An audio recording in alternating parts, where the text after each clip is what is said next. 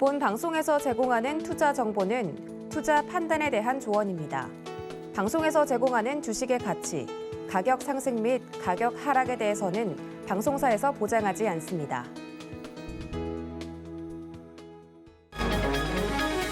이 시각 헤드라인 뉴스입니다. 한국은행의 8월 기준금리 인상 가능성이 확대되는 가운데 미국의 채권금리의 상승 움직임 등이 더해지면서 국내 단기금리의 급등세가 지속되고 있습니다. 1년 만기 국고채 금리는 1년 5개월 만에 1%를 넘었고 서울 채권시장에서 국채 1년 금리는 0.009%까지 올라 지난해 3월 말 이후 처음으로 1%를 돌파했습니다. 중국이 통화 완화 정책을 이어가고 있는 가운데 이 같은 흐름이 우리나라 중간재 수출 등 무역 상황에는 호재로 작용한다는 연구 결과가 나왔습니다. 중국의 위안화 가치 절하로 인해 선진국에 대한 수출이 늘면서 중국의 중간재를 수출하는 우리나라도 긍정적인 효과를 얻는다는 분석입니다. 공모 규모 4조 3천억 원의 초대여 크래프톤이 상장 첫날 공모가를 밑도는 굴욕을 당했습니다. 크래프톤은 기업 공개 과정에서 공모가가 과도하다는 고평가 논란이 끊이지 않았는데 공모가를 하회한 것은 크래프톤이 처음입니다. 네이버가 국내 1위 전자상거래 솔루션 플랫폼 카페24의 사실상 단독 최대 주주가 됩니다. 카페24는 네이버를 대상으로 신주 332만 1,169주를 발행해 유상증자에 네이버가 참여하는 방식입니다.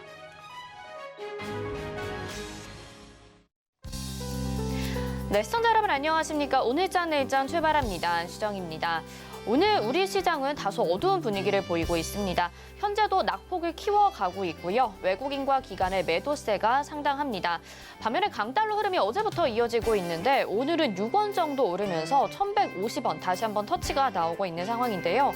헤드라인에서도 말씀을 드렸지만 공모주 청약으로 크래프톤이 오늘 부진한 모습을 보이고 있는데 또 카카오뱅크가 어제까지만 해도 굉장한 상승을 보여줬는데 오늘은 또 하락을 하게 되면서 지금 하락을 면치 못하는 상황 보여지고 있고요. 또 하나 이슈죠. 이재용 부회장의 가석방으로 반도체 업황에 대한 기대감 등 이렇게 종목별, 업종별로 상황이 다른 모습 오늘도 보여지고 있습니다. 오늘 장에서 여러 가지 이슈들에 대해서 체크해 보시고 또 전략까지 함께 세워보시죠. 전화번호는 02-3153-2611 또는 2612번이고요. 문자는 100원의 정보 이용료 부과되는 샵 0082번으로 받고 있습니다. 또 금일본 방송에서 제공해드리는 정보는 투자 판단에 대한 조언입니다. 해당 종목의 가치와 수익률 보장해드리지 않는다는 점 참고하시길 바라겠습니다. 자, 그러면 오늘 상승하는 업종과 하락하는 업종 어떤 것들이 있는지 자세히 알아봐야겠죠? 이 시각 시황 브리핑 김혜연 캐스터가 전해드립니다. 안녕하십니까. 캐스터 김혜연입니다. 현재 이 시각 양시장은 하락세가 보여지고 있습니다. 오전 중에 양시장이 하락 전환을 했는데요. 현재는 그 낙폭을 다소 키워나가고 있는 모습입니다. 그럼 자세한 이 시각 지수 상황부터 살펴보도록 하겠습니다. 우선 코스피 지수 보겠습니다. 오전 중에 하락 전환했죠. 현재 0.81%의 하락세가 보여지고 있고요. 3,234포인트 선에서 거래되고 있습니다. 코스닥 지수 보시죠. 코스닥 오전 중에 등락을 반복을 했는데요. 현재는 0.98%의 낙폭이 보여지고 있습니다. 1,049포인트 선에서 움직이고 있습니다. 이어서 수급 상황 보시죠. 현재 기관과 외국인의 동반 매도세가 보여지고 있습니다. 기관이 4,295억 원 매도하고 있고요. 외국인은 5,711억 원 매도하고 있습니다. 개인 현재 1조 3,761억 원 매수해주고 있습니다. 이어서 코스닥의 수급 상황 보시죠. 마찬가지로 기관과 외국인의 동반 매도세가 보여집니다. 기관은 957억 원 매도하고 있고요. 외국인은 1,597억 원 매도세 보여집니다. 개인 현재 2,659억 원 홀로 매수해주고 있습니다. 이어서 오늘의 상승하는 업종과 하락하는 업종도 살펴보도록 하겠습니다. 오늘 상승하는 업종 테마로는 스푸트니크 V 관련주, 원격진료 관련주, PCB, FPCB 관련주가 있습니다. 하락하는 업종 테마로는 여행주, 엔터주가 있습니다. 오늘 백신 관련주들이 일제히 상승세를 보여주고 있습니다. 그 중에서도 스푸트니크 V 관련주들의 흐름이 눈에 띄고 있는데요. 러시아 백신 스푸트니크 V와 스푸트니크 라이트를 위탁 생산하는 한국 코러스가 스푸트니크의 백신 품질 검증 테스트에서 최종 합격 판정을 받았다라는 소식을 전해왔죠. 오늘 장 초반부터 관련주들 강세 흐름 보여지고 있는데요. 히온스 글로벌 현재 1%대 강세입니다. 이수앱지스 현재 6%대 오름세 기록을 해주고 있습니다. 이수앱지스는 올 초에 러시아 백신 생산 절차에 돌입한다라고 밝힌 바가 있었는데요. 강세 더해 나가고 있습니다. 이어서 원격 진료 관련주들도 살펴보도록 하겠습니다. 일부 원격 진료 관련주들이 오늘 눈에 띄고 있습니다. 코로나19로 인해서 유헬스케어에 대한 관심도가 높아지고 있는데요. 그 중에서도 SK케미컬 전일 2분기 사상 최대 실적을 내놓았죠. 상승폭 키워나가고 있고요. 이지케어텍 클라우드 전자의무기로 엣지앤넥스트를 도입하는 병원이 지속적으로 늘어나고 있다라는 긍정적인 이야기 나오면서 강세 흐름 더해 나가고 있습니다. SK케미컬 현재 15%대 강세 흐름이고요. 29만 7천 원에 거래되고 있습니다. 이지케어텍 현재 7%대 오름세 기록하고 있고요. 나노엔텍도 15%대 강세 흐름 보여지고 있습니다. 이어서 오늘 PCB, FPCB 관련주들도 오름세 기록해주고 있습니다. 그 중에서 EV 첨단 소재 100% 무상증자 결정을 했다라고 알려왔죠. 현재 1.39% 오른 5,120원에 거래되고 있고요. PI 첨단 소재 2분기 기준 최대 영업이익을 기록을 했다라고 합니다. FPCB 매출액이 지난 동기 대비해서 39.2% 증가했다라고 하고요. 하반기 아이폰 출시 등을 이유로 FPCB 필름 수요 증가로 인해서 증가세가 이어질 수 있다라는 긍정적인 이야기들 나와주고 있습니다. PI 첨단 소재 현재 0.52% 오른 57,500원에 거래되고 있습니다. 멜파스도 현재 1%대 강세 흐름 보여지고 있습니다. 이어서 오늘 하락하는 업종과 테마도 살펴보도록 하겠습니다. 오늘 여행주들이 낙폭을 키워나가고 있습니다. 코로나19로 인해서 부진했던 흐름을 이어나가고 있던 여행주가 실적 발표를 연이어서 했는데요. 렌탈 사업과 트래블버블 여행 패키지 등으로 인해서 실적 방어에 나서는 모습이 보여졌고 또 예상치에 부합하는 실적들을 내놓았는데요. 코로나19 백신 예방접종에 큰 이상이 없는 한 더 이상 낙폭은 제한적일 것이란 이야기도 나왔음에도 불구하고 오늘은 다소 조정을 받고 있습니다. 인터파크 현재 6%대 하락세 기록하고 있고요. 노랑풍선 현재 3.79% 밀린 17,750원에 거래되고 있습니다. 이어서 엔터주들도 오늘 전반적인 하락세가 보여지고 있습니다. 전일 강세 흐름 보였던 엔터주가 하루 만에 반등을 하는 모습인데요. 음원, 영화, 드라마 제작 관련 매니지먼트 회사들에 대한 관심도가 현재 굉장히 높은 상황인데 해외 시장에서 국내 문화 콘텐츠에 대한 호응도가 높아지면서 또 정부가 지적재산권 보호 강화에 나서면서 고부가 가치 산업으로 성장을 하고 있는 모습인데 오늘은 또 조정을 받고 있습니다. YG 엔터테인먼트 현재 3% 밀리고 있고요. 55,900원에 거래되고 있습니다. SMCNC 현재 6%대 하락세 보여지고요. 큐브엔트 현재 10%대 낙폭 보여집니다. 유는 오늘 대량의 매도 물량을 내놓으면서 3%대 하락세가 보여지고요. 8,970원에 거래되고 있습니다. 이어서 오늘 살펴볼 특징주는 푸드나무입니다. 국내 최대 닭가슴살 판매 플랫폼을 운영을 하는 푸드나무가 2분기 역대 최대 매출을 달성을 하는 깜짝 기록을 내놓았는데요. 오늘 장중에 상한가 터치했는데 상한가 풀리지 않고 있습니다. 현재 47,600원에 거래되고 있습니다. 네, 지금까지 특징적인 업종과 테마 살펴봤습니다. 네, 이 시각 상승하는 업종과 하락하는 업종 알아봤습니다. 오늘 상승하는 업종들 지금 스푸트니크 V, 반도체 PCB, 원격 진료 관련주들인데요. 이 업종을 제외하고서는 시장 전반적으로 좋지 않고 지금 상승하는 종목도 개수가 현저히 적은 상황입니다. 오늘 시장 마감 때까지 계속해서 체크해 보시기 바라겠고요. 이어서는 객장 상황 연결해서 수급 상황과 오늘 이슈 알아보도록 하겠습니다. 유한타증권 메가센터 분당점 백인범 과장 전화 연결돼 있습니다. 안녕하십니까? 네, 안녕하십니까? 네, 오늘 외국인과 기관의 매도세 상당하고요. 개인들이 1조 원 넘게 매수해주면서 이 부분 지금 메꾸고 있는 것 같습니다. 현재 객장 상황 좀 들어볼까요? 네, 아무래도 수급 주체들의 매도세가 아무래도 시장에 압박으로 작용하고 있는 가운데 외국인은 오늘 양시장 모두 매도세 보여주고 있는 모습입니다. 외국인은 오늘 코스피 시장에서 삼성 SDI, 삼성 바이오로직스, LG화학 등으로 대한 매수세가 특징적인 모습이었고요. 코스닥 시장에선 셀트리온 헬스케어, 네이처셀, 퓨젤 등에 대한 매수세가 특징적인 모습이었습니다.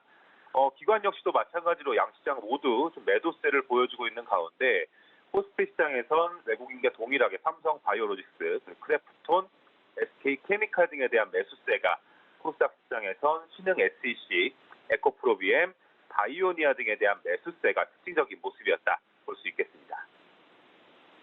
네, 오늘 삼성 바이오로직스로도 매수세가 좀 들어오고 있는 상황도 주목을 해보면 좋을 것 같고 어제였죠. 이재용 부회장의 가석방이 결정이 됐습니다. 그동안 삼성전자 주가도 좀 부진한 모습들을 보였었고 또 우리 비메모리 반도체 부분의 투자와 개발이 절실했기 때문에 많은 분들이 이 소식을 기다리셨을 것 같은데요. 또 사면이 아니라 가석방이라는 부분에도 좀 초점을 맞춰보면 좋을 것 같고 앞으로 삼성전자의 주가 흐름 어떻게 보시나요? 네, 뭐 아무래도 오늘 시장에서의 삼성전자 주가는 좀 좋지 못한 모습이기도 하고요. 그리고 주가 자체는 좀 정체될 가능성이 있다라는 점에서 현재 시점에서 삼성전자 주가를 바라보실 때 당장의 주가 반등을 기대하시기보다는 최대한 좀 싸게 매수해서 가져갈 수 있겠느냐를 고민하시는 것이 더 좀 바람직하지 않을까 생각을 하고 있습니다. 메모리 업황에 이런 역성장 우려감도 있지만 이 반도체 업황에 있어서도 좀 일정 부분 피크가 지나고 있을 수도 있다라는 의견이 좀 힘이 조금 더 실리고 있다라는 점. 또 그리고 삼성전자 이 주주 입장에서 보자면 향후 확정된 건 아니겠지만 어느 정도의 예상치는 삼성전자 대규모 투자가 진행이 될 것으로 보여지고 있습니다. 이러한 대규모 투자가 주주 입장에서 긍정적으로 해석할 수 있겠지만 이 대규모 투자보다는 주주 환원이라든가 이런 M&A 등이 더 좋은 대안이다라는 점에서 이 대규모 투자에 대한 기대감은 오히려 삼성전자 주주 입장에서는 주가가 정체될 가능성이 있다. 그렇기 때문에 주가 흐름은 단기간은 정체될 수밖에 없는 상황이다라는 점 계속 염두를 하시면서요. 향후에도 M&A 등 기업 가치 상승 이벤트를 대비한 저가 분할 매수 전략으로 대응을 하자. 일례로 8만 원 이하에서는 일부 좀 길게 담아갈 수 있겠다라는 가격 전략으로 투자 호흡을 좀 길게 가져가신다라고 가정하신다면 삼성전자에 대한 주가 흐름은 8만 원 이하대에서 좀 점진적으로 분할 매수 대응하시면 좋지 않을까라는 의견 드리겠습니다.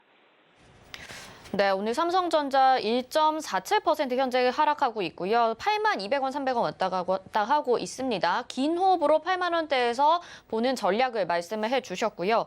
그렇다면 삼성전자 말고 이 반도체와 관련해서 중소형주들 어떤 종목을 보면 좀 좋을지 관심 있게 보시는 부분이 있을까요? 네, 아무래도 최근 주가 흐름, IT 업종 내에서 주가 흐름이 좋은 종목들 일정 부분 이런 삼성 이슈와 연관지어 볼 수 있겠다라는 점으로 보시면 좋을 것 같고요. 일단 이 이재용 부회장 이 가석방 이벤트는 비메모리라든가 반도체 관련 부분 외에도 디스플레이, 배터리, 다이오 등의 넓은 범위에서 영향력을 미칠 수 이슈다라는 점을 염두하시면서 이번 이슈는 좀 폭넓게 시장에 작용할 수 있다라는 점을 먼저 염두를 해보시면 좋을 것 같습니다.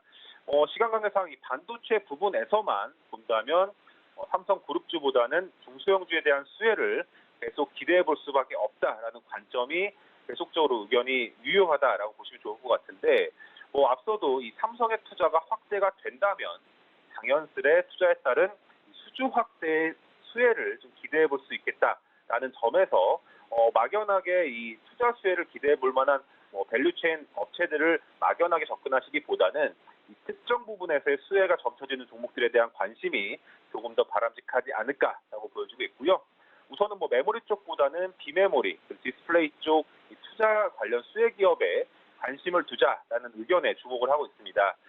이 메모리 부분 같은 경우에는 최근 삼성전자와 SK 하이닉스의 주가가 정체된 주요 요인으로 작용하고 있는데 이 내년도 메모리 업황의 역성장이 예상이 된다라는 점에서 극단적으로는 내년도 메모리 업황에서는 오히려 감익이 예상된다라는 점 등이 향후 투자에 좀 부담이 될 수 있다.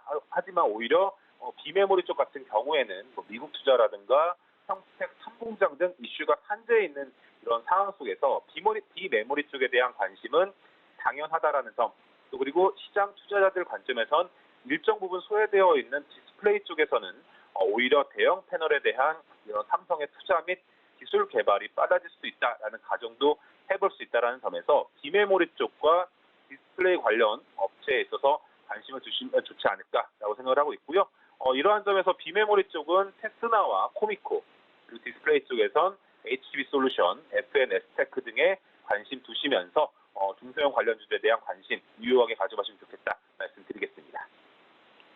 네, 삼성전자, 삼성그룹주들보다는 중소형주 쪽으로의 관심 좀 보고 계셨고 비메모리 쪽 테스나, 코미코, HB 솔루션, FNS테크 등 이런 종목들 좀 관심 있게 보시는 것 같습니다. 잘 새겨 듣겠습니다. 오늘 말씀 여기까지 듣겠습니다. 고맙습니다.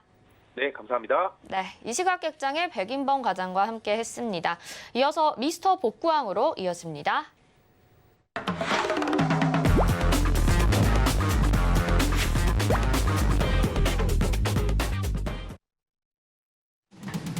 미스터 복구왕의 김혜연입니다. 서울경제TV 밤방송 주유소에서 현재 8분의 위원님들이 바닥난 여러분들의 포트폴리오 복구시켜주고 계신데요. 매일 오후 12시 30분을 기준으로 어떤 분들의 총 누적 수익률이 가장 좋은지 또 어떤 종목들의 누적 수익률이 가장 높은지 알아보는 시간입니다. 그럼 먼저 오늘의 총 누적 수익률 베스트 3부터 알아보도록 하겠습니다. 3위부터 공개하겠습니다. 3위 이주현 위원님께서 차지해 주셨습니다. 하락장 속에서도 현재 91%대의 총 누적 수익률을 챙겨주고 계시고요. 전일보다 한 종목이 더 상승해주고 있습니다. 이어서 2위 보겠습니다. 전일 1위를 차지했던 정재훈 위원님께서 오늘은 2위를 차지를 하셨습니다. 현재 총 누적 수익률 116.11% 달성해주고 계시고요. 전일보다 한 종목이 더 잘 가지고 있습니다. 이어서 1위 확인해 보겠습니다.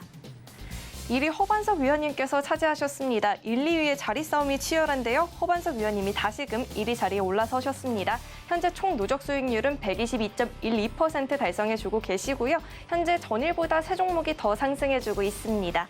이어서 오후 12시 30분을 기준으로 한 개별 종목의 수익률 랭킹도 확인해 보도록 하겠습니다.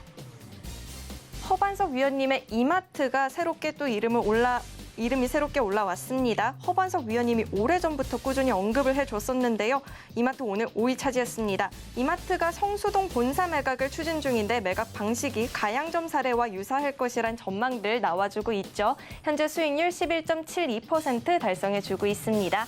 4위는 이지환 위원님의 LX 세미콘이 차지를 했습니다. LX 세미콘이 주력하는 분야인 DDI가 최근 전 세계적인 수급난을 겪고 있는데요. 수혜가 기대되고 있다라는 긍정적인 이야기 나와주고 있습니다. 현재 수익률 14.58% 챙겨주고 있습니다. 3위는 허반석 위원님의 CJ제일제당이 차지를 했습니다. CJ제일제당 2분기 매출이 전년 동기 대비 6.6% 상승을 했고 영업이익도 22%가량 상승을 했다라고 하는데요. 중국과 일본에서 K푸드 열풍이 불고 있고 또 바이오 산업도 전년 대비 24% 늘어나면서 실적에 좋은 영향을 줬다라는 이야기들 나와주고 있습니다. 현재 수익률 15.63% 챙기고 있습니다. 2위는 정재훈 위원님의 명신산업이 차지를 했습니다. 명신산업 테슬라 전기차 부품주로 엮이면서 3거래일 연속 강세 흐름 이어나가주고 있는데요. 현재 수익률 17.17% 챙기고 있습니다. 1위는 허반석 위원님의 삼성 SDI가 차지를 했습니다. 이재용 부회장의 가석방 소식으로 오늘도 오르는 삼성 SDI인데요. 북미 대규모 투자를 앞두고 중국 내 배터리 생산 라인 정비에 나서고 있고 또 솔라엣지에 배터리 공급한다라는 소식도 나왔습니다. 현재 수익률 25.31%를 달성하고 있습니다. 네, 총 누적 수익률 1위, 또 개별 종목 랭킹 탑5에 3종목이나 이름을 올리신 허반석 위원님의 주유소 포트폴리오 현황 살펴보도록 하겠습니다. 4월 15일에 편입된 호텔신라가 18%대 수익을 챙기면서 목표가 달성을 했습니다. 4월 8일에 편입된 종목이죠. ISC 12.68% 수익 챙기면서 익절했습니다. 5월 20일에 편입된 종목 우양 12.85%의 수익을 챙겼고요. 익절하면서 포트 재됐습니다. 7월 1일에 편입된 종목 에스코넥 12.68%의 높은 수익을 챙기면서 목표가 달성했습니다. 이어서 다음 장 확인해 보도록 하겠습니다. 4월 29일에 편입된 종목 CJ제일제당 2분기 호실적의 힘을 받고 있죠. 현재 수익률 15.63% 달성하고 있습니다. 5월 6일에 편입된 종목 삼성 SDI 현재 25.31% 수익 챙기고 있는데요. 이재용 부회장의 가석방에 그동안 경영 공백을 메꿀 수 있다라는 기대감에 강세 흐름 더해 나가주고 있습니다. 5월 27일에 편입된 종목 이마트가 현재 11%대의 수익권인데요. 오프라인 경쟁력 강화에 나서고 있습니다. 가양점에 이어서 성수동점도 매각 후에 재입점을 통한 자산 재개발 프로젝트 진행 중인데요. 미래형 점포 경쟁력 강화한다라는 긍정적인 평가 나와주고 있습니다. 6월 10일에 편입된 종목 오리온은 현재 0%대 손실 구간입니다. 이어서 다음 장 확인하겠습니다. 7월 8일에 편입된 종목 SFA 현재 2.56%의 수익을 챙기고 있고요. KH바텍 7월 15일에 편입된 종목이죠. 내일 삼성전자 폴더블폰 온라인 언팩 행사가 진행될 예정인데요. 관련 부품주로 엮이면서 KH바텍 어제 오늘 강세 흐름 이어나가주고 있습니다. 7월 28일에 편입된 종목 우양은 현재 1%대 손실 구간이고요. 8월 2일에 편입된 종목이죠. BH 현재 9%대 수익을 챙겨주고 있습니다. 네, 1위 허반석 위원님의 주유소 포트폴리오 현황 확인해 보았습니다. 대형주 저점에서 매수해서 수익 내보고 싶다 하시는 분들 많이 계실 텐데요. 샵 0082번으로 허반석 이렇게 보내주시면요. 위원님과 대화를 나눠볼 수 있는 링크 보내드리고 있으니까요. 많은 문자 참여 부탁드리도록 하겠습니다. 그럼 이어서는 저번 주와 또 이번 주 모두 오후 12시 30분을 기준으로 포트 전 종목이 플러스권인 정재훈 위원님의 주유소 포트폴리오 현황 살펴보도록 하겠습니다. 5월 11일에 편입된 종목 한국전력이 4% 수익 챙기면서 익절했습니다. 엑세스바이오 17.46%의 수익을 챙기면서 목표가 달성했고요. 비트컴퓨터 26.36%의 수익을 달성을 했네요. 목표가 달성했습니다. HLB도 22.86%의 수익을 챙기면서 목표가 달성했고요. 포트 제외가 됐습니다. 이어서 다음 장 확인해 보도록 하겠습니다. 5월 18일에 편입된 종목 현대엘리베이가 7.54%의 수익을 챙겼습니다. 현재 5월 25일에 편입된 종목 한라홀딩스도 7%대 강세 흐름이 보여지는데요.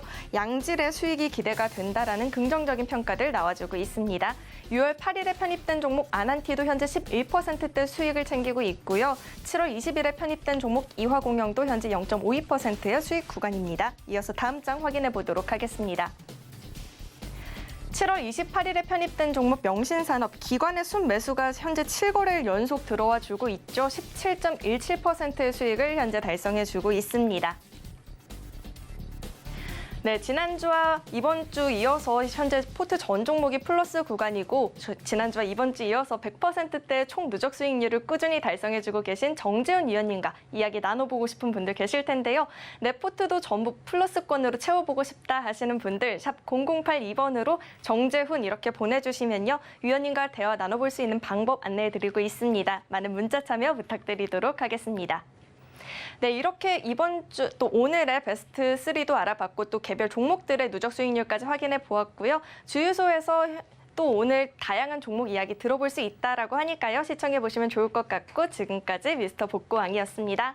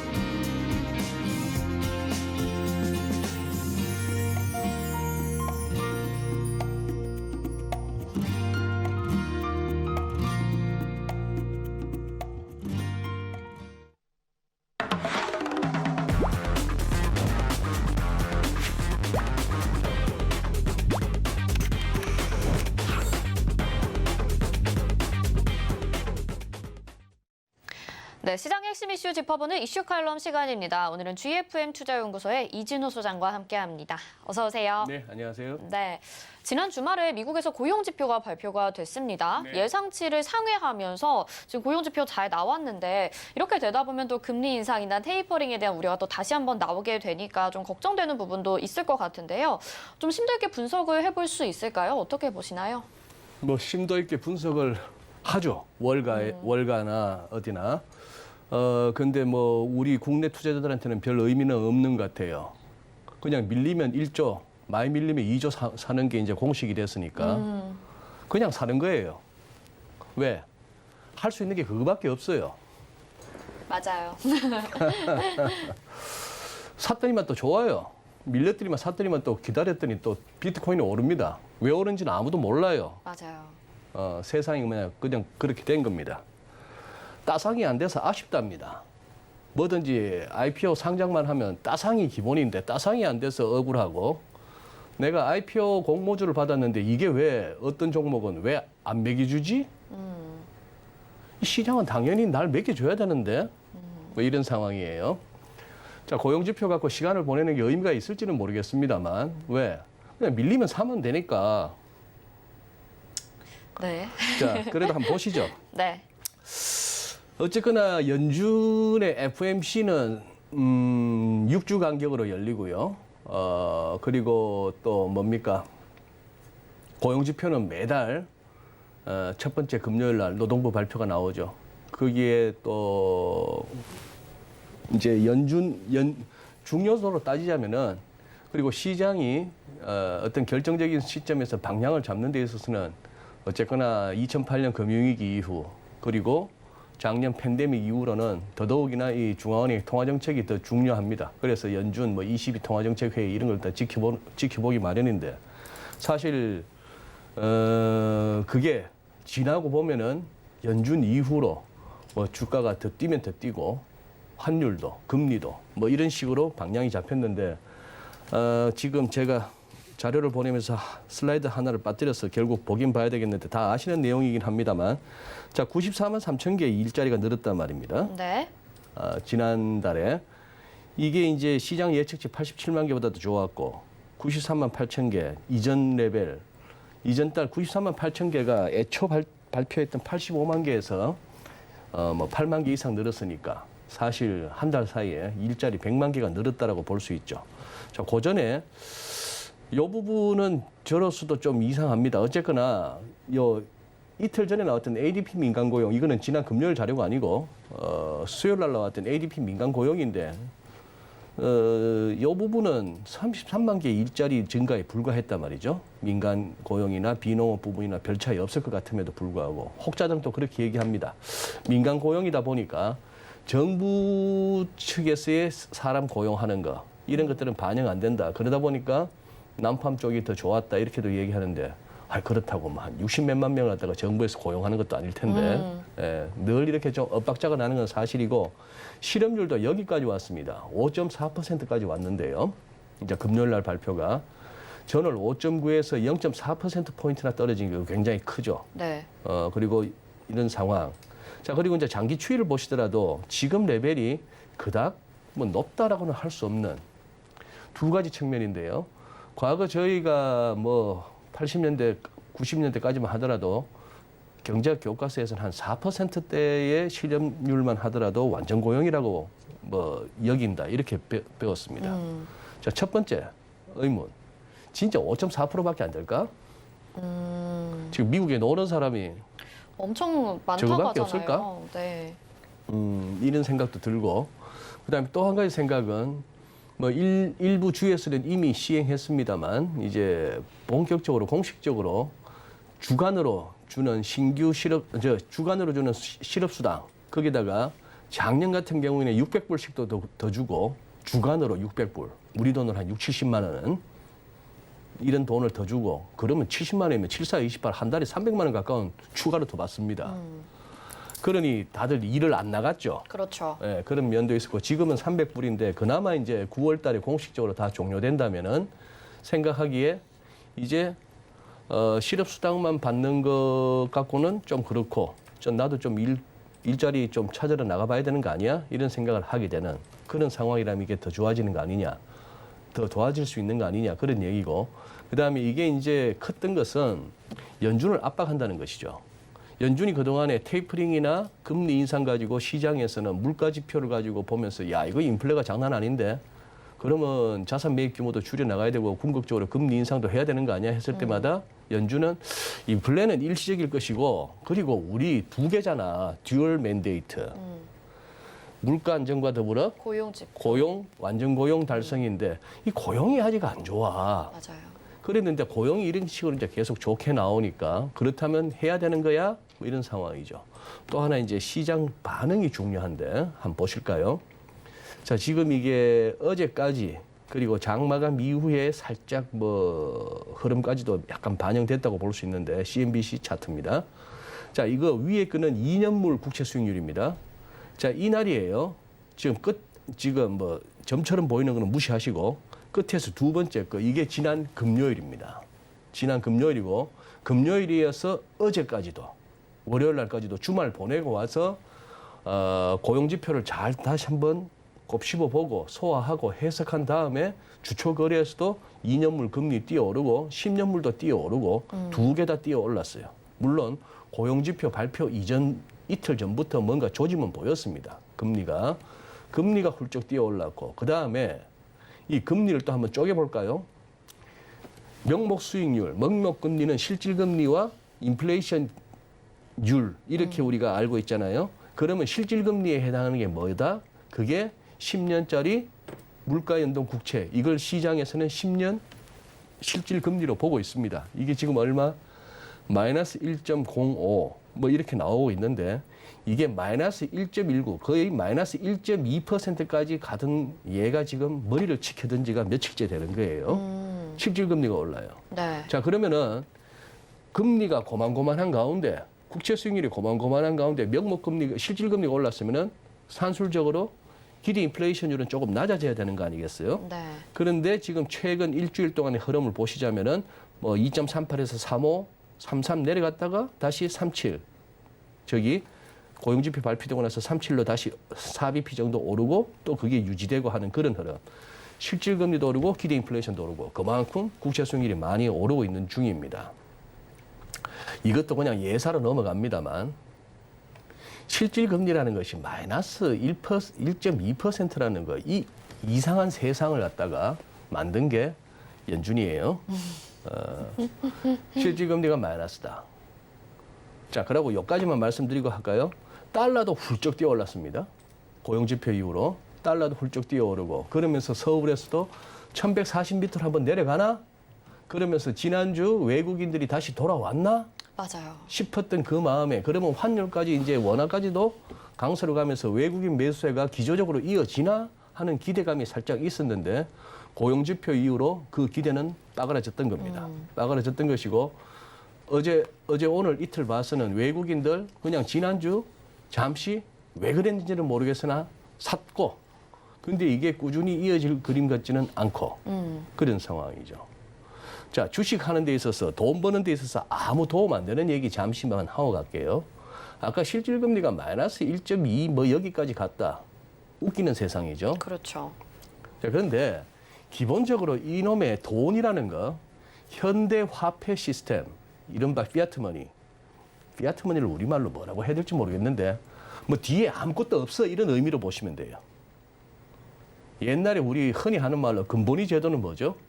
금 갖고 있는 금만큼, 금의 가치만큼만 돈 찍어내자였고 네. 이게 잘 안 지켜지겠죠? 네. 잘 안 지켜지고 갖고 있는 금은 빤한데 자꾸 돈을 막 찍어내니까 그러다 보니까 어떻게 된다? 돈 가치는 떨어지는 거고. 그걸 제일 극심하게 했던 때가 1970년대 미국이고 월남전 뭐 돈도 들고 뭐도 하고 이렇게 하다가 그래서 나중에 안 된 게 우리가 역사적으로 배운 닉슨의 금태한 정지입니다. 닉슨 쇼크죠. 이제 달러 갖고 온다고 해서 금 안 줘. 이렇게 된 거예요. 네. 그러면 달러나 뭐나 다 종이 쪼가리인데. 뭐 그 이후에 나왔던 또 주된 어떤 이론은 그건 뭐였죠? 사우디 같은 저쪽 중동 국가들, 석유 산유국들 멱살 잡고 우리 무기 갖다 쓰라 이런 식으로 하면서 단 너희는 전 세계에다가 석유를 팔아먹는데 달러만 들고 와라라고 해라. 이렇게 해서 달러가 기축통화를 유지했다는 것이죠. 그다음 또 하나 화폐와 관련해서 또 이제 주식하는 데는 아무 도움 안 되는 얘기입니다. 자, 돈이 이만큼 있어요. 네. 100이라고 있다고 칩시다. 100이라고 있다고 치는데 이놈의 금리란 게 있어 보세요. 뭐 계산하기 쉽게 그러면 5%? 네. 5%면 1년 후에는 좌우지간 자 100이라는 돈의 전부는 아니라 하더라도 자 막 생각이 쉽게 100이라는 돈을 갖다 다 누구한테 빌려주고 그러면 1년 후에는 105를 돌려줘야 됩니다. 네. 이 5가 어디 있어요? 땅 파서 나옵니까? 없잖아요. 네. 이 5는. 그렇죠. 어디에서 나는 거죠? 그러니 돈이란 놈은 자꾸 찍어낼 수밖에 없는 거예요. 돈이란 것은 자꾸 찍어낼 수밖에 없는 거고 그걸 아는 힘 있는 자들, 이미 돈 가지고 있는 자들은 자꾸 뭐 한다? 뭐든지 자꾸 사들이잖아요. 부동산도 사고 뭐도 사고 막 사들이고 있으면 그게 자꾸 오르니까. 그러면서 또 한 번씩 뭐 이상한 상황에서 엄청난 공황 상태를 만들어서 또 그 애들이 또 줍줍 해버리고 네. 그 결과는 어떻게 된다?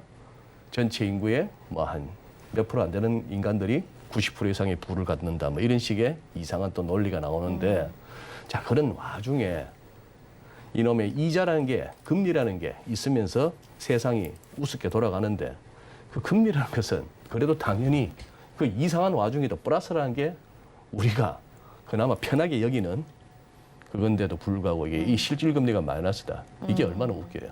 그러게요. 어쨌거나. 그건 오히려 돈을 또 뺏어가는 느낌이니까. 이 실질 금리가 그렇게 막 며칠 전에 고용지표 이후에 튀어오르니까 다른 시장에서 제일 크게 나타났던 놀라운 현상이 금값이 뚝 부러졌죠. 네. 그때가 온스당 1,800불이 또 이렇게 깨지기도 했으니까 기술적으로 또 이렇게 뭐 그런 어떤 매듭 숫자가 깨지면 또 주문이 많이 나올 만도 한데 그게 하필이면 고용지표가 겹치면서 국채시장에서는 실질 금리가 오르는 그런 양상이 나오니까 온갖 기계들이 일시적으로 매도 퍼즐이 나오는 매도 주문이 나오는 자 그런 현상도 되고 해서 이래저래 어쨌거나 고용지표가 시장에 어디로 갈값이요? 금리는 달러는 주식은 어디로 갈까요? 원자재는 했더니만 그냥 그걸 갖다가 고용지표가 나온 이후에 가닥이 잡힌 겁니다. 뭐 어떻게? 금리 오른다, 달러도 오른다. 그리고 달러가 오르면서 원자재는 떨어진다. 금을 포함한 그런 상황이고 주식은 약간 뒷목이 뻐근하다. 뭐 이렇게. 네. 뭐 이런 고용 지표 발표에 따라서 당연히 지금 말씀하신 것처럼 금리 인상이나 테이퍼링 시기 앞당겨질 거라고 예상을 네. 할 것 같아요. 이제는 네. 연준에서 얘기했던 내용이 나왔기 때문에 뭐 국내에서는 조금 더 빨리 시작할 수도 있다라는 뉴스들도 나오고요. 네. 그러면 시기가 어느 정도 앞당겨질 거라고 보시는 건가요? 이제 당장 뭐 한두 달 사이라고 생각을 하면 될까요? 예. 이제 그날 또 이렇게 뭐 기억하실는지 모르겠습니다. 미 연준 이사가 빠르면 10월 달에 테이퍼링을 해야 된다. 뭐 이런 소리가 나왔고 또 밤사이에는 라파엘 보스틱 뭐 애틀랜타 연방은행 총재 그리고 또 리치먼드 연방은행 총재 지역은행 연방은행 총재 두 사람이 또 이렇게 이런 식으로 가면은 고용지표가 특히 보스틱 총재가 애틀랜타 연방은행 총재가 이런 고용지표 한두 번만 더 보면은 연말에 뭐 테이퍼링 시작하겠는데 했는데 10월 달에 그러면 테이퍼링을 누가 얘기했나 하면 이 친구입니다. 크리스토퍼 월러라는 이번에 이사된 지 얼마 안 되는 사람이에요. 화면에 한번 보시면은 이게 이제 연준 홈페이지에 올라와 있는 공식적인 사진이고 이거는 그냥 조선일보에서 제가 캡처한 사진인데 이 사진이 훨씬 멋있어요. 똑같은 사람 아닌 것 같아요. 이 완전 얼짱각으로 제대로 찍혔죠. 이 사람은 세인트루이스 연방은행에서 2009년부터 뭘 해왔는가 하면은 일단 연준 이사 되기 전에는 바이스 프레지던트였으니까 제임스 블라드 다음에 세인트루이스 연방은행 부총재였고 그리고 디렉터 오브 리서치니까 리서치 분야에서 또 그거죠. 그런데 세인트루이스 연방은행 우리 지표 이렇게 잘 찾아보시는 시청자분들 가운데 프레드라는 사이트 들어가시잖아요. 그게 보면 세인트루이스 연방은행 총재잖아요. 제가 아까 보여드렸던 무슨 저 뭡니까 10년짜리 브레이크 이븐 레이트 같은 것도 네, 거기에서 이 화면 네. 예, 뭐 아래쪽에 이 프레드라고 되어 있는 이런 부분 이게 뭐 한 수백 가지 있습니다. 여기 들어가면은 정말 다양한 지표가 있는데 자 이런 걸 해왔던 사람인데 이분이 어떻게 연준 이사를 가게 됐는가도 재밌는 얘기가 있어요. 이거 트럼프 대통령 때부터 연준 이사 공석 2개가 꽤 오래 갔는데 자 이걸 작년 말이었나 그 무렵에 이제 좌우지간 월러라기보다는 더 오파가 갔나 봐요. 제임스 블라드 보고 당신 연준 이사 자리 비어 있는 그거 하나 하지 했더니만 블라드가 뭐라 했는지 알아요? 뭐라고 했어요? 의역을 하면은 직접 그러게 했겠습니까만 내가 지금 연준 이사하리 이래 된 거예요. 내 짬밥에 네. 내가 지금 그거 할 군번이냐. 이거 왕고참이에요. 그렇군요. 연준 이사 자리 자체가 굉장히 낮아진 느낌이네요. 네. 아니 파월 다음에 나를 보고 뭐 연준 의장을 하라면 내 뭐 그거 한번 생각해 볼까 말까 하는데 지금 뭐 연준 이사? 알아서 내 밑에 저 월로 보낼게 이렇게 된 겁니다. 네, 이렇게 된 거고 아까 슬라이드에서 그 금발의 미녀가 왜 나오느냐 미녀라고 해줍시다. 라일 브라이너드 뭐 요즘 우리 매체에서는 레이얼 뭐 이렇게 브레이너드 이렇게 표기도 하는데 여기가 유일하게 그동안의 민주당원으로서의 연준 이사였습니다. 저기 뭐 제롬 파월도 그렇고 지금 이제 내년에 제롬 파월도 가야 되고 리차드 클라리다 부의장도 가야 되고 다 갈 참들인데 이제 파월이 한 번 더 하느냐 마느냐가 굉장히 그거 하잖아요. 그린스펀은 한 4번 했을걸요. 그렇군요. 그래 한 18년 했고 네. 18년 6개월인가 했고 그리고 그린스펀 다음에 저기 누굽니까? 버냉키도 2번 했죠. 2번 했고 그다음에 옐런이 안 됐습니다. 옐런이 한 번 하고 말았어요. 네. 그러고 깔끔하게 어떻게 연준 의장 그만두고 14년 임기에 연준 이사로 남을 수 있는데도 FRB 페더럴 리저브 보드 그 이사회의 이사로 남을 수 있는데도 불구하고 깔끔하게 의장 그만두고 나와서 강연 다니고 이러면서 돈 많이 챙겨다가 또 재무장관 됐고 지금 이제 내년에 이 공화당의 이 파워를 한 번 더 시킬까 말까가 이제 궁금한 거죠. 그러면 수정 앵커 같으면 어떻게 하실까요? 오늘 뭐 주식 얘기는 별로 안 합니다. 네. 아무 도움 안 옛날 돼요. 얘기 듣는 것 같아요. 네. 되게 재밌게. 네. 수정 앵커 저 파월이라고 한번 생각해 보세요. 네. 연준 의장 텀 한번 했어. 네. 한 4년 했어요. 네. 근데 지금은 또 뭐 바이든이고 뭐 죄다 뭐 민주당 판이래. 네. 그래요. 꼭 한 번 더 하고 싶어요. 나 뭐 내 편이 없으면 꼭 해야겠냐마는 사실 한 번만 하고 말기에는 좀 다른 역대 네, 의장들을 봤을 때 한 번은 더 해야 되지 않을까. 좀 개인적인 욕심으로. 개인적인 자리 욕심으로. 욕심이 있어가지고. 자리 욕심이. 네. 뭐 돈이 없겠습니까? 피곤하려나요? 연준 의장까지 했으면 명예를 갖다가 명예욕을 충족을 못 시켰습니까만 이제 그 증면에서의 어떤 선택의 문제는 사람 성향인데 네. 뭐 보통은 더 하려고 하겠죠. 네. 이 좋은 자리를 내가 왜 그만둬? 그런 상황이고 이렇게 정치적 어떤 뭐 당파성에 딱지는 붙은 게 좀 내가 공화당이라고 했지만 어떻게 내가 좀 이쁘게 한번 봐주지 싶으려면 어떻게 해야 될까요? 파월은 어떻게 하든 주식 여기서 떨어뜨리면 안 되겠고 그렇죠. 뭐 경기가 다시 이러다가 침체 국면으로 가면 안 되겠고 서로 이제 나중엔 코로나 때문이야라고 하겠지만 혹시나 꺾이면은 너 때문이야라고 해서 연준을 손가락질할 가능성도 없잖아 있는 그렇죠. 거예요. 2008년 이후로 자기들이 경기도 살려, 물가도 살려, 뭐 일자리도 늘려 모든 걸 다 떠안겠다고 해왔던 연준이니까 이제 뭔가 빠그러지면은 전부 이제 똑박을 쓰게 됩니다. 그러니 이제 잘해야 되는데 조금 이제 그거 하죠. 그래서 지금 이제 이게 결국은 크리스토프 월러는 어떻게 보면은 앞서 살폈던 거기는 저기입니다만 세인트루이스 연방은행 총재 제임스 블라드의 복심이라고도 할 수 있는 그런 상황이고 이 슬라이드는 우리가 지난주 살펴봤잖아요. 그죠? 제임스 블라드가 지난주 제가 설명한 것 같은데 9월 FOMC에서 테이퍼링 선언하고 10월부터 들어가자. 그래서 내년 1분기 말 그러면은 10, 11, 12, 1, 2, 3, 6개월 동안에 200억 불씩 줄이면 1,200억 달러 양적 완화 끝. 뭐 이런 식의 그림을 그리고 있지 않느냐 했는데 그런 상황. 그래서 지금 조금 유동성의 힘으로 달려왔던 유동성이 제일 컸던 물론 기업 실적이나 어떤 뭐 그런 부분도 있겠습니다만 유동성을 제일 크게 잡을 수 있었던 최근 랠리였다 보니까 이번 고용지표 이후에 미국이 살짝 이제 그러게요. 이제 네. 조심스러워지는 것이고 우리는 그동안에 조금 중국 빠지는 동안에 약간 뭐 상대적 수혜를 받다 할까? 저는 확인은 안 됩니다만 저의 뇌피셜은 중국 지지난주 중국 너무 빠질 때 아마 일부 저 국제 자본이 중국에서 좀 빼면서 당장 급하게 이걸 갖다 어디다 담아둘 만한 데를 찾다 보니까 우리 한국. 증시에 들어왔고. 그래서 삼성전자나 하이닉스 같은 뭐 그런 쪽이 아니었던가 싶은데 지금 은근히 지금 이 중국이 살짝이 이렇게 우선 항생 보세요. 중국이 지금 이런 식으로 해서 이거는 어제까지 차트입니다. 어제까지 차트인데 뭐 추가 급락은 약간 막힌 듯하고 그러나 저는 아직 믿지 않습니다. 이거 완전 바닥 봤다고 믿지 않는 상황이지만 어쨌거나 현재 상황은 그렇고 텐센트도 2주 연속 어떻게 보시면은 저 의미 있는 지지선에서 자꾸 지지를 받으면서 더 안 빠질라 그러고 게임을 정신적 아편이라고 하고 나서 세상 다 알고 나서 이제 저걸 갖다 또 뭐 경제참고본가 저기서 또 삭제했다는데 저것도 웃기잖아요. 이미 다 봤는데. 자, 그런 상황으로 여겨집니다. 그래서 하나만 더. 지금 이제 중국 관련해서는 요걸 계속해서 살피시죠. 일단은 200일선에서 막히고 1달러당 6.51 위안에서 2번 막힌 다음에 이렇게 보입니다만 이게 위로 튀면은 중국 증시의 혼란은 아직 안 끝난 겁니다.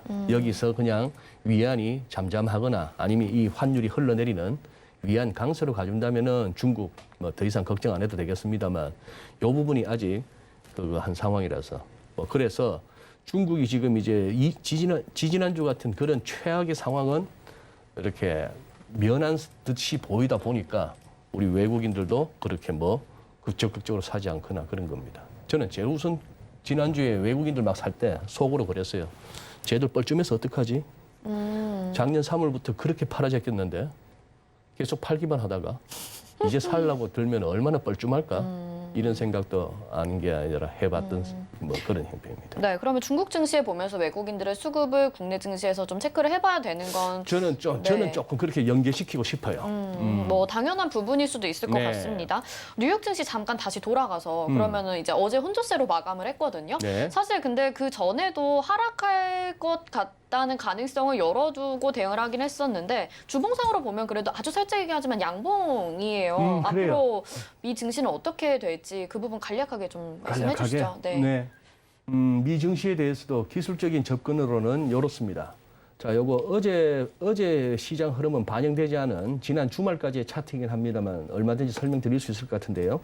지금 S&P 500 지수고 우선 그 다음은 나스닥인데 이 두 개의 차트의 의미 보시면은 지금 어지간한 월가의 기관 투자가들이나 헤지펀드들이 주목하고 있을 레벨은 거의 다 왔습니다. 지금 S&P 500 같으면 4,500이라 보시면 될 것 같아요. 4,500포인트. 지금 한 60, 70포인트 지금 남아 있는데 여기까지 이런 레벨들이 왜 힘들었는지 보다도 시장에서 어떻게 작용하는지 보세요. 이때 금융위기 당시 낙폭에 맞죠? 금융위기 당시 낙폭에 1.618배 오니까 이거 한 거의 1년 걸립니다. 이거 올라서는데 2.618배도 굉장히 좀 버벅거렸어요. 이 두 개를 합한 4.236배가 지금 여기 기다리고 있는 게 4,500포인트입니다. 이 과매수 국면에서 여기서 지금 일부 월가에서도 강세론 자들은 조만간에 델타 변이만 꺾이면은 이거 아무거나 잡아도 다 올라가는 랠리가 온다라고 또 지금 바람 잡는 선수가 또 나왔어요. 누구더라 존 리인가 존 탐인가 그런 상황이었고 나스닥도 마찬가지입니다. 나스닥의 이 피보나치의 의미는 작년 팬데믹 당시 낙폭에 대해서 몇 프로냐 하는 건데 이게 2.618배가 14,980라운드, 15,000이라 보시죠. 지금 여기를 갖다가 앞두고 나서 지금 이걸 열 수 있느냐 없느냐 그런 상황 하에서 지금 은근히 이벤트가 있죠. 단기적으로는 이번 주 목요일 날 나오는 CPI 한번 보시죠. CPI, PPI 보시고 여기서 물가까지 이렇게 또 계속 높게 나온다면은 시장은 조금 조정으로 접어들 가능성이 없잖아 있습니다. 네, 지금 상황 속에서는 시장이 좀 불안한 요소들이 많이 있습니다. 뭐 말씀 계속 드렸던 금리 인상에 대한 부분들 그리고 지금 CPI도 봤을 때 앞으로 좀 혼란스러운 부분들이 있을 것으로 예상이 되니까요. 미국 증시뿐만 아니라 국내 증시에서는 또 외국인들의 수급까지 잘 체크해 보면서 대응 전략 세우셔야 될 것 같습니다. 오늘 말씀 여기까지 듣겠습니다. 고맙습니다. 네, 감사합니다. 네, GFM 투자연구소 이진호 소장과 함께했습니다. 오늘장 내일장 저희가 준비한 소식 여기까지고요. 잠시 후 마감 임박 60분의 승부에서는 여러분의 종목 고민 도와드릴 예정입니다. 전화번호는 02-3153-2611 또는 2612번으로 주시면 되고요. 문자는 100원의 정보 이용료 부과되는 샵 0082번으로 받고 있습니다. 또 금일본 방송에서 제공해드리는 정보는 투자 판단에 대한 조언입니다. 해당 종목의 가치와 수익률 보장해드리지 않는다는 점 참고하시길 바라겠습니다. 잠시 후 마감 임박 60분의 승부로 다시 돌아오겠습니다. 고맙습니다.